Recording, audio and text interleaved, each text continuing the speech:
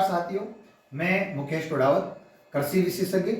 और आज के इस क्लास में, इस ब्लॉक में हम आपको बताएंगे कि आप किस प्रकार वर्मी कंपोस्ट का एक एग्री बिजनेस स्थापित कर सकते हैं और बिल्कुल छोटे से वे के द्वारा, छोटा सा निवेश के द्वारा आप लाखों रुपए साल के कमा सकते हैं। दूसरी बात यह भी है कि पूरे इंडिया लेवल पे इस समय अगर आप देखते हो तो ऑर्गेनिक खेती के ऊपर ज्यादा फोकस है। आने वाले समय में ऑर्गेनिक जो कंपोनेंट है उसकी विशेष डिमांड होने वाली है और उसमें मील का पत्थर स्थापित होने वाला है आज का आपका एग्री बिजनेस वर्मी कंपोस्ट का। तो एक छोटे से गांव देवलिया में डॉक्टर शरण कुमार जी यादव साहब ने बहुत शानदार, इतनी गजब की पहल की है कि 3 से 4 वर्ष में इन्होंने अपना जो प्रोडक्ट है, बिल्कुल मल्टीमीडिया का भी इन्होंने सहारा लिया है और अपना जो प्रोडक्ट है उसको ऑल इंडिया लेवल से बाहर इंटरनेशनल लेवल तक ये पहुंचा रहे हैं और कई अवार्ड भी ये जीत चुके हैं। तो किस प्रकार श्रवण जी ने ये एग्री बिजनेस स्थापित किया और कितनी इनकम और किस प्रकार से 1 बाय 1 स्टेप के द्वारा हम वर्मी कंपोस्ट तैयार कर सकते हैं, आइए देखिए 1 बाय 1 स्टेप के द्वारा एग्री बिजनेस की ये पहल। नमस्कार साथियों, आज हम देवलिया सुंदरपुरा में डॉक्टर वर्मी कंपोस्ट जो फार्म है वहाँ पहुँचे हैं। डॉक्टर सरवण जी जो हैं उनका ये फार्म बना रखा है, बहुत शानदार, बहुत बड़े क्षेत्र में। आप देख रहे हो काफ़ी दूर तक ये बेड़ लगा रखा है और इनका जो फार्म है वो भी बहुत बड़े क्षेत्र में फैला हुआ है।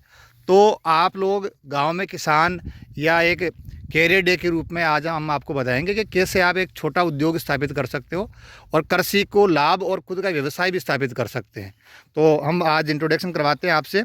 सबसे पहले सर बताइए, जो आपका जो फार्म के हैं इसके बारे में बताइए, ये कितना एरिया है? मेरा नाम सुरेश यादव है। आप सभी का doctor organic vermicompost farm पे हार्दिक स्वागत है। दोस्तों, आज हम समझते हैं कि वर्मी कंपोस्ट का जो काम होता है उसको हम कैसे वर्मी कंपोस्ट बना सकते हैं, कैसे उसकी मार्केटिंग करके आज एक गांव के अंदर कृषि के रूप में अपन बिजनेस कर सकते हैं। तो देखिए सर, शुरुआत करते हैं कि वर्मी कंपोस्ट बनाने के लिए अपने को 2 चीज़ों की आवश्यकता होती है, जिसमें एक चीज़ है गोबर और दूसरी चीज़ होती है केंचुआ। इसमें हम गोबर को कच्चे माल के रूप में मानते हैं और केंचुआ होता है उसको हम एक मशीन के रूप में मानते हैं, क्योंकि जो गोबर होता है वही फाइनल में अपना वर्मी कंपोस्ट के रूप में प्राप्त होता है। और इस गोबर से वर्मी कंपोस्ट बनाने के लिए जो केंचुआ होता है वही उसको खा के बनाता है। तो इस प्रकार जो गोबर हो गया वो अपना कच्चा माल हो गया और जो केंचुआ है वो मशीन हो गया। तो देखिए, आप एक बार इस गोबर की डेयरी पे देखिए, कोई भी प्रोडक्ट होता है उसका फाइनल प्रोडक्ट उसी तरीके का, उसी गुणवत्ता का तैयार होता है जैसा उसका कच्चा माल होता है। तो अपने वर्मी कंपोस्ट के लिए कच्चा माल है गोबर। तो अपना कच्चा माल है गोबर, तो इस गोबर की जैसी क्वालिटी होगी अपना वर्मी कंपोस्ट भी वैसा ही तैयार होगा। अब गोबर की क्वालिटी क्या होती है? अब गोबर की क्वालिटी का मतलब होता है कि गोबर एक तो ताज़ा होना चाहिए।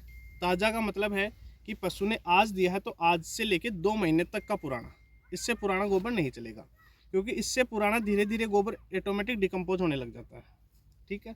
दूसरा है कि गोबर साफ़ सुथरा होना चाहिए, क्योंकि अपने गांव के अंदर क्या होता है कि जैसे अपने रूढ़ी बोलते हैं उसमें अपने जैसे घर की सफाई की वो कचरा भी उसी में डाल दिया जाता है और कोई कचरा होता है वो भी उसी में डाल दिया जाता है। तो गोबर, ऐसा गोबर नहीं लेना कि जिसके अंदर कचरा वगैरह हो, क्योंकि गाँव में जो रूढ़ी होती है उसको अपन कचरा डालने की जगह ही मानते हैं, लेकिन उसमें जैसे अब इस गोबर में आप देखिए कि बिल्कुल भी कचरा नहीं है, एकदम ताज़ा है और साफ़ सुथरा गोबर है, क्योंकि ये पूरा पक्के फार्म से आता है, जयपुर से। ठीक है। तो समझिए कि गोबर कैसा होना चाहिए। गोबर की मैंने 2 पैरामीटर बताया कि एक तो गोबर ताज़ा हो, दूसरा साफ़ सुथरा हो। अब जैसे ही गोबर, अपने ताज़ा गोबर की ढेरी यहाँ पे अपने फार्म पे लाके करवा देते हैं और इस पर 15 दिन तक पानी डाला जाता है।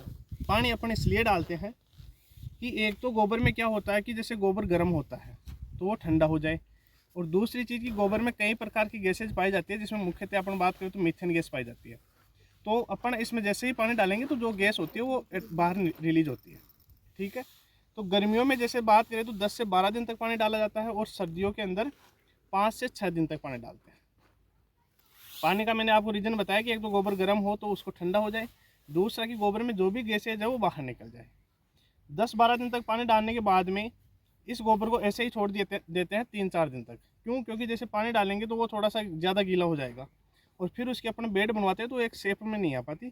तो इसलिए जैसे 3 से 4-5 दिन तक अपन इसको ऐसे ही छोड़ देंगे ताकि जो अपना पानी है वो सोख ले और थोड़ा सा टाइट हो जाए। 10 से 12 दिन बाद में अपन इसकी बेड लगवाते हैं। अब उधर चलते हैं बेड की तरफ कि बेड की क्या साइज रहनी चाहिए। पहला स्टेप तो ये हो गया, जैसे अपने को गोबर को थोड़ा उसमें ठंडा करना है उसको, ताकि वर्मी कंपोस्ट जो केचुए है वो नष्ट नहीं हो और उसके लिए उचित हो जाए, है ना। और इसमें मिट्टी बिल्कुल नहीं होनी चाहिए। देखो साफ सुथरा, जैसा अपना कच्चा माल, देखो जितना साफ सुथरा गोबर होगा वैसा ही वर्मी कंपोस्ट की क्वालिटी हो पाएगी। बिल्कुल सर। आइए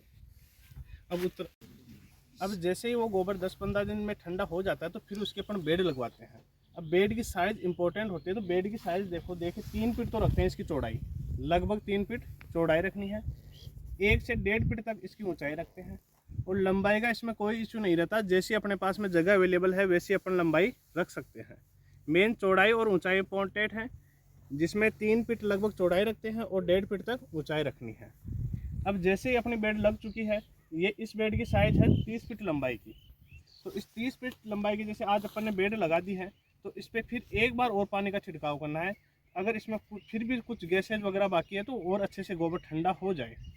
फिर जितनी अपनी बेड की लंबाई है उसके उतने आधे केंचो अपन इसमें डलवाते हैं। जैसे 30 फीट लंबाई है तो इसमें 15 किलो केंचो डलवाएंगे। अगर 20 फीट लंबाई है तो 10 किलो उसमें केंचो डाल देंगे। अब केंचो डालते समय इस बेड को अपन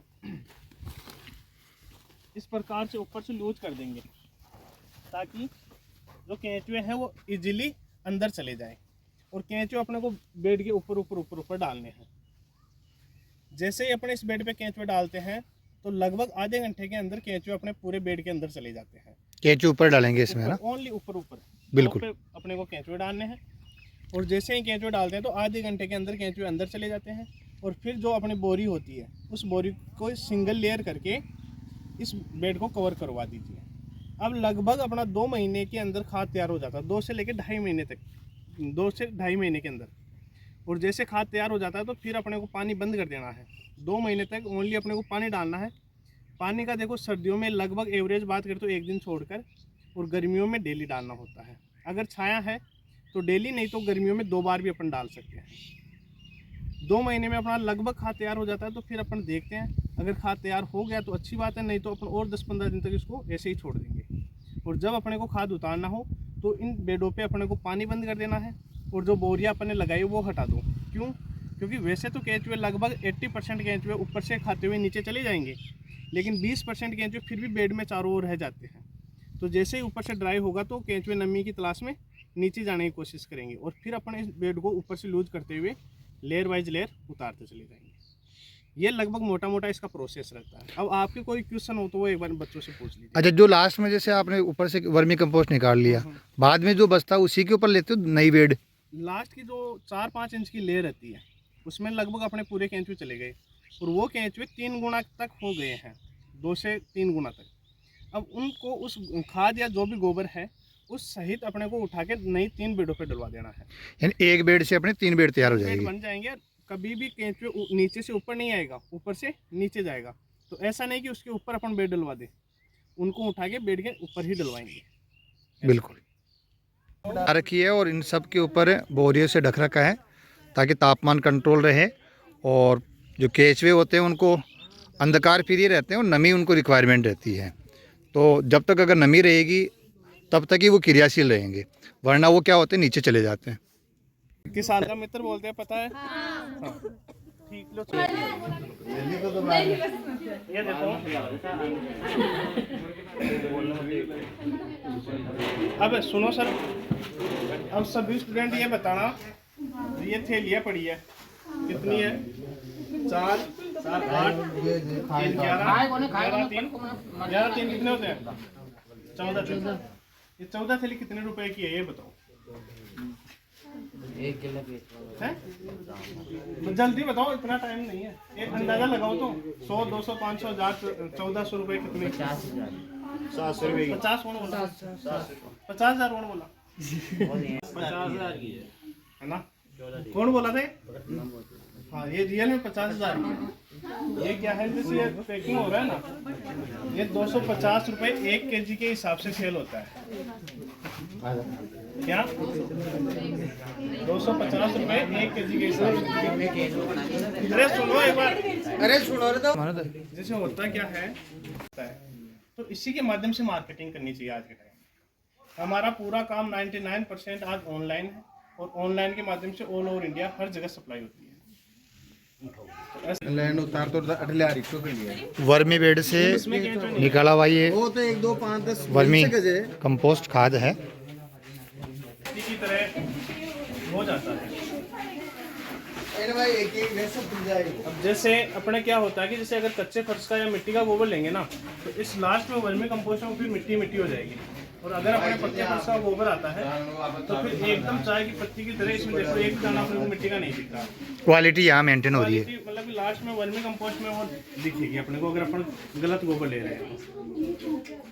देखो बिल्कुल कॉफी कलर का चाय जैसी पत्ती के समान बिल्कुल, और पूर्ण रूप से डिकम्पोज्ड है। इसके किसी भी घटक को आप पहचान नहीं सकते कि ये गोबर से बना हुआ है, और यही इसकी मुख्य पहचान होती है। ये पूरा गोबर पूरा जयपुर से आता है। और ये मशीन है जिसमें इसको क्या है पीसा जाता है और उसके बाद में इसकी पैकिंग की जाती है। इसको बारीक बारीक कन्वर्ट करते हैं और जो खाद रहती है उसको वापस इसको निकाल देते हैं इस प्रकार से। अवार्ड दे रहे हैं फिर मुख्यमंत्री जी का, ये कैलाश चौधरी अपने एग्रीकल्चर मिनिस्टर सेंटर में, ऐसी बात है।